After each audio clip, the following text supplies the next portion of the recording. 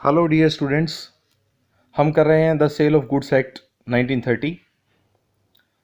Last lecture में हमने implied warranties के बारे में पढ़ा था, कैविएट एम्प्टर के बारे में भी किया था। आज हम जो टॉपिक इसमें कर रहे हैं वो है ट्रांसफ़र ऑफ प्रॉपर्टी और ऑनरशिप। ट्रांसफ़र ऑफ प्रॉपर्टी और ऑनरशिप।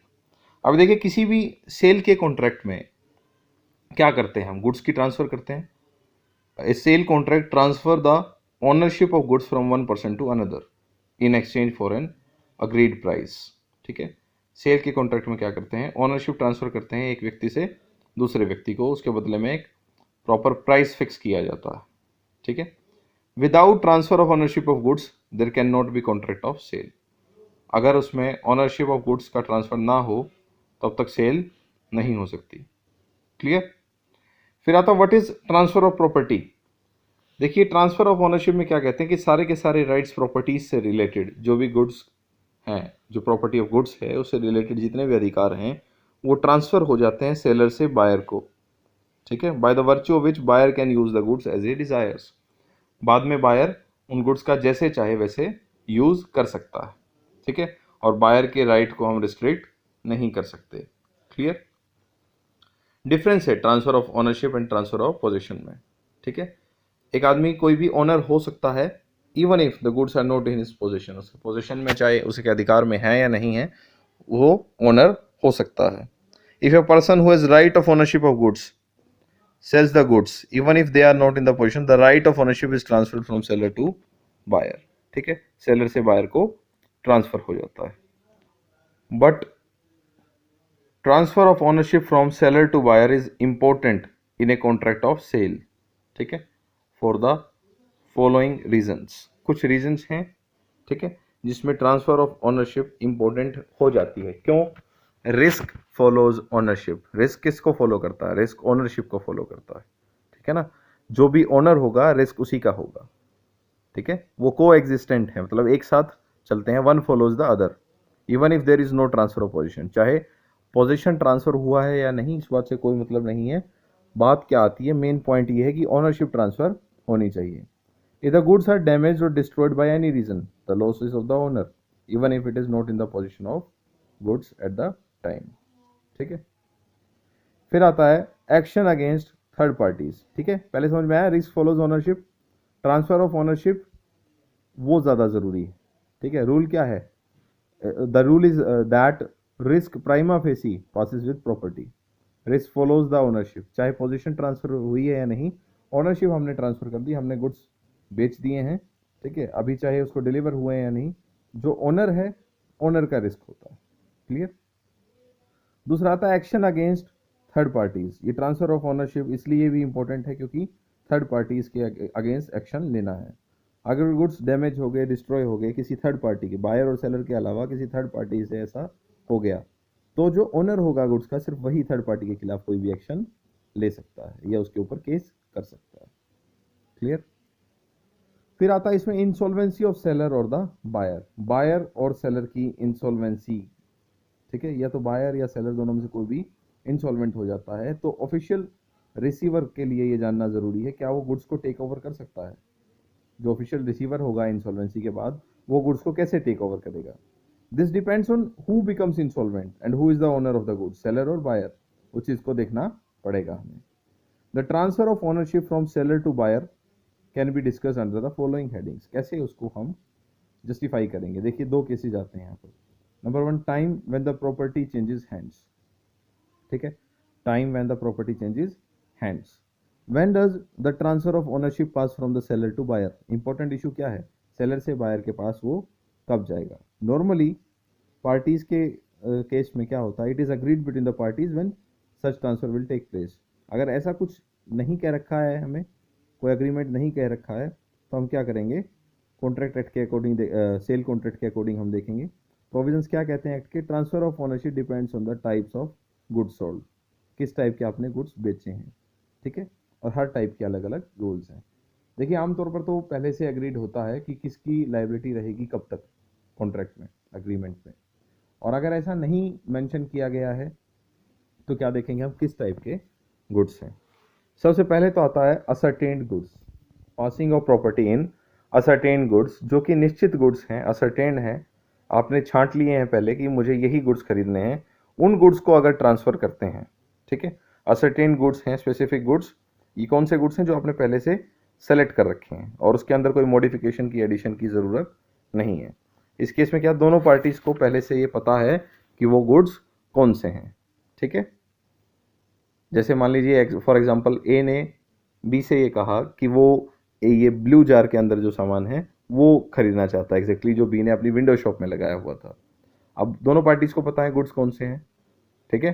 तो क्या कहेंगे, if the contract of sale is about ascertained goods या स्पेसिफिक गुड्स, पहले से निश्चित है वो, and the parties to the contract have agreed on the terms of sale. तो अगर कोई कॉन्ट्रैक्ट में नहीं कह रखा है तो क्या रूल अप्लाई होगा, देखिए।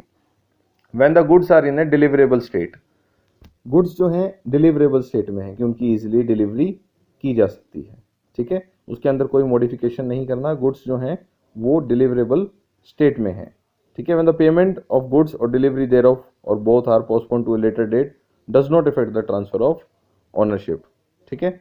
उसमें क्या कर देंगे, अगर वो डिलीवरेबल स्टेट में है तो ऑनरशिप किसको ट्रांसफर हो जाएगी, बायर को। कब, जैसे ही हमने कॉन्ट्रैक्ट किया है तभी वो ट्रांसफर हो जाएगी। दूसरा केस आता है when specific goods needs to be put in a deliverable condition, वो डिलीवरेबल स्टेट में नहीं है, हमें अभी कुछ और काम करना उसके ऊपर बाकी है, ठीक है। तो जब तक वो जो बाकी का बचा हुआ काम है नहीं हो जाता तब तक हम किसकी जिम्मेदारी समझेंगे इसे, सेलर की। ऑनरशिप किसकी रहेगी, सेलर की। और जिस दिन वो काम पूरा हो जाएगा तब से किसकी जिम्मेदारी हो जाएगी, वो बायर की, ठीक है। ऑनरशिप कब ट्रांसफर होगी, जब काम पूरा हो जाएगा। नेक्स्ट पार्ट आता है when the seller has to do something for ascertaining the price, seller को कुछ काम अभी बाकी है प्राइस असर्टेन करने के लिए। मान लीजिए कोई भी काम, अगर उसका वेट मेज़र करना है हमें, ठीक है ना, उसकी हाइट मेज़र करनी है, किसी भी चीज़ की पेमेंट उसके वेट और हाइट से की जाती है, तो बनने के बाद पता चलता है उसकी कितनी हाइट हुई है और कितना वेट हुआ है। तो जब आप ये मेज़र करके बता दोगे सामने वाले व्यक्ति को, ठीक है, तो उस दिन ये जो ट्रांसफ़र है ओनरशिप का हो जाएगा, ठीक है। ये राइट कब ट्रांसफ़र होगा ओनरशिप का, जब आप उस काम को कंप्लीट करके प्राइस को असर्टेन कर दोगे, ठीक है। तो ये थे किस केस में, जहाँ पर असर्टेन्ड गुड्स हैं, जहाँ पर गुड्स निश्चित हैं, वो डिलीवरेबल स्टेट में हैं या डिलीवरी करनी डिलीवरेबल स्टेट में नहीं है, या फिर सेलर को प्राइस असर्टेन करने के लिए कुछ काम करना है। क्लियर। नेक्स्ट पॉइंट आता है इसमें, passing of property in unascertained goods. आपने प्रॉपर्टी पास करनी है किसमें, अनअसर्टेन्ड गुड्स में, ठीक है। अनअसर्टेन्ड गुड्स मतलब जो निश्चित नहीं है, आपने सिर्फ कॉन्ट्रैक्ट किया है गुड्स के ट्रांसफ़र के लिए, ठीक है, सेल परचेज के लिए कॉन्ट्रैक्ट किया है। अगर ए ने बी से ये कॉन्ट्रैक्ट किया कि मुझे आपसे ये गुड्स खरीदने हैं, उसने स्पेसिफाई करके ये नहीं बताया कि वो एग्जैक्टली कौन से गुड्स हैं, ठीक है। जैसे ये कह दिया कि मुझे 5 किलो आपसे चावल लेने हैं, तो चावल की क्वालिटी नहीं बताई, चावल के बारे में नहीं बताया, अलग से छांट के नहीं रखवाए चावल, तो उस केस में क्या आएगा, उसे क्या कहेंगे हम, अनअसर्टेन गुड्स हैं, ठीक है। ऐसे केस में क्या है, the transfer of ownership is not affected till the goods have been ascertain, जब तक ये निश्चित नहीं हो जाए तब तक वो ट्रांसफर नहीं होंगे, ठीक है। The rules governing the transfer of ownership of unascertain goods are, goods must be ascertain, goods को निश्चित किया जाए, पहले ये ज़रूरी है कि गुड्स को निश्चित किया जाए कौन से हैं। Goods must B appropriated, appropriated मतलब गुड्स को वहाँ से अलग कर दिया गया हो और गुड्स से उसे सेपरेट कर दिया गया हो, ठीक है।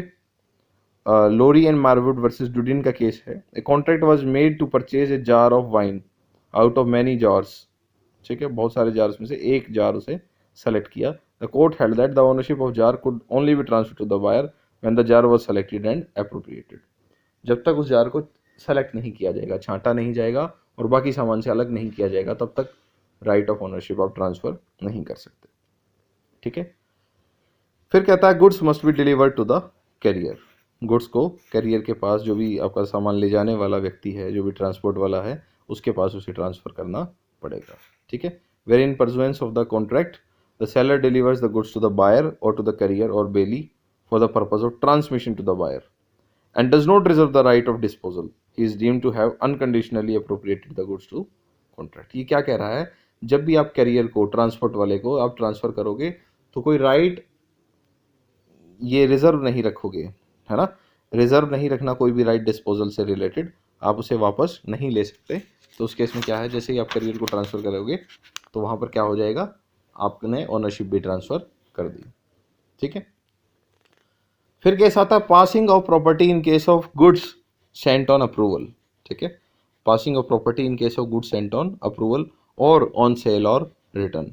आपने प्रॉपर्टी को पास किया कैसे, गुड्स सेंट ऑन अप्रूवल और सेल और रिटर्न।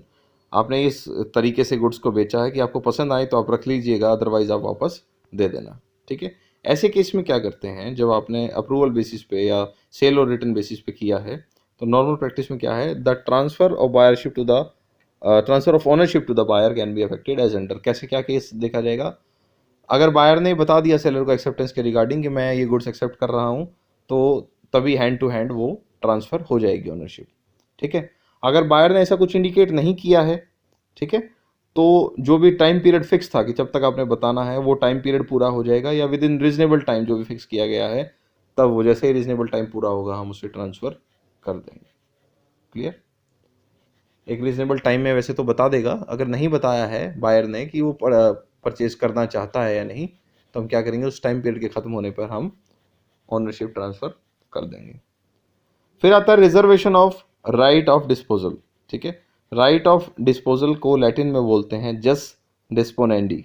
ठीक है, आपने राइट ऑफ डिस्पोजल रखा when the goods are sold to buyer. Buyer बहुत दूर है आपसे, फार अवे। ठीक है, आपने गुड्स उसे बेचे हैं और गुड्स को आपने डिस्पैच कर दिया पब्लिक ट्रांसपोर्ट से। In order to ensure that he receives the payment for the goods, the seller is the right of disposal.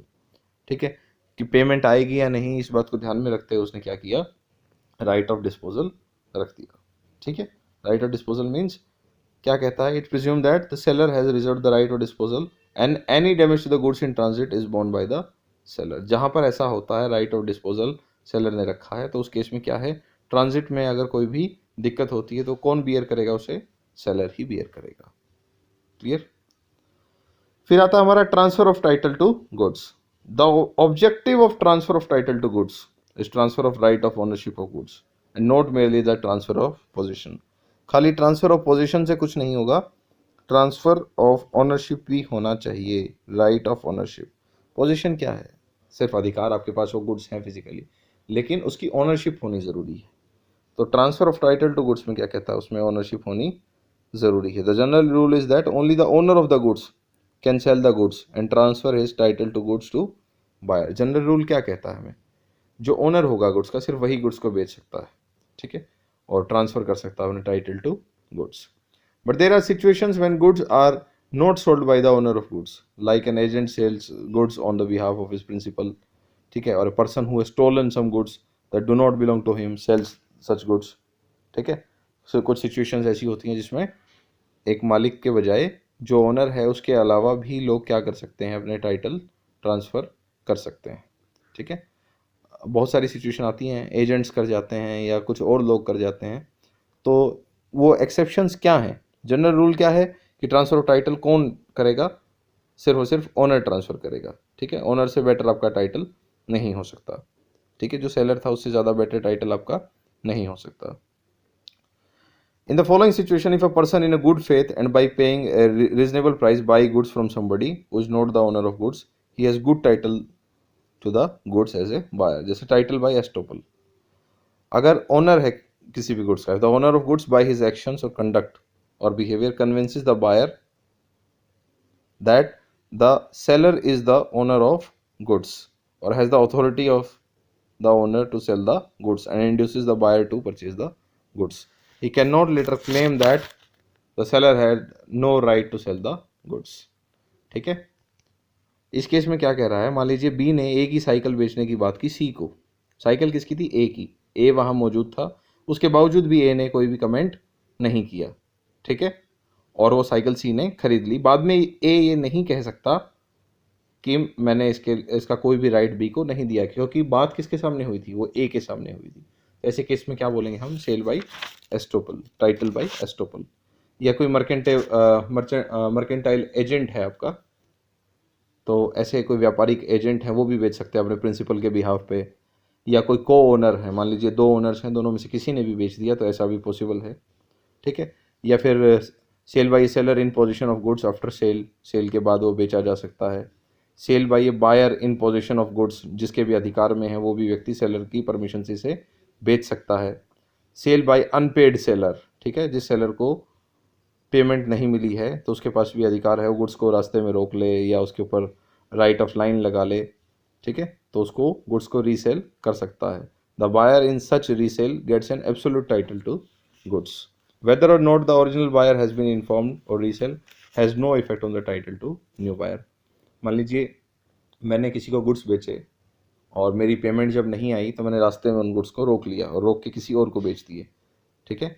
अब वो क्या किया गया, वो गुड्स किसी और को बेचे जा चुके हैं, तो इस केस में भी टाइटल इफेक्ट नहीं होगा, ठीक है।